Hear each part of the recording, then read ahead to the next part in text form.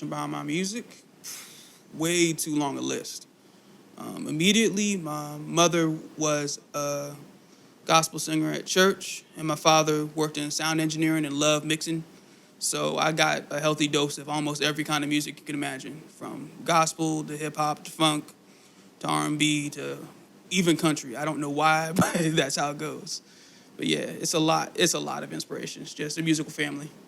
How can we bridge the gap between religion and music and embrace it in our sounds? That's a difficult thing. I mean, the first thing is actually to find out what people believe, because many people swear they believe nothing, and then when they get into the thick of situations, they turn to whatever they think gives them hope, which is wild, because that's like looking for a weapon in the middle of battle. Like, you need to figure out what you believe first. For me personally, I believe in the word. I stand on Christ and stand on the fact that he died for my sins. Not many people rock with that, but truthfully, it gives me a good center. After that, it comes in living justly, loving mercy, and walking humbly with my God. And that's where I believe we can start. Find out what you believe, and then you can make everything work together afterwards. Dear God. Yeah, I don't think I got one. I'm pretty sure I heard it in the womb. Nah, if I think of the thing that made me want to pursue music the most, though, was hearing some Fred Hammond. And it wasn't just hearing Fred Hammond. It was hearing a Fred Hammond tune that I recognized the bass line had been gotten from a Earth, Wind, and Fire track. Like a deep cut Earth, Wind, and Fire track. And he just used that as the bass line for his song. And I don't think anybody caught that. But I think that was the thing that made me want, like, oh, I see the connection now.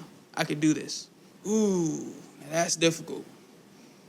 Shoot, I'm going to have to go with, if I could do a feature with anybody and what the song would be, it would be Andre 3000. It would have to be. I'd have to call him out the cut. And I'd have to just talk about, like, what it's like to live in the South after having seen so much.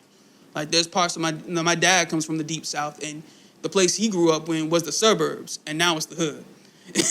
And it's like, that should be talked about. That expert of life should be thought about a lot more than just what it is. Now, okay, that's going to get dark. Where do I see the future of music and where it's going to go in the next 5 years? Or 10 years?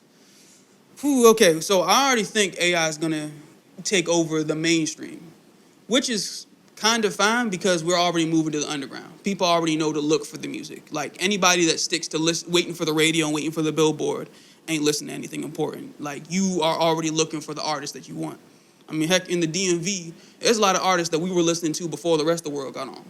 It took them a hot minute to realize that Rico Nasty was an important person to listen to. And just in the same sense, I'm pretty sure we're going to be in the underground and everybody's going to be swapping music back and forth like we used to back in the 2000s with CDs. AI is going to be putting a bunch of slop in the music, but we ball. This is a lot next. I'm working with a collective called Salt of the Earth. We got stuff on the mix right now that we're working towards, but that's going to be like a couple months in advance. I've got some features that I'm working on with a couple of different producers that have been going on for years out in Cali. That's not even out right now, but I think the main thing that's going to be coming out is like a jazzy style hip hop album, because I love the old school stuff.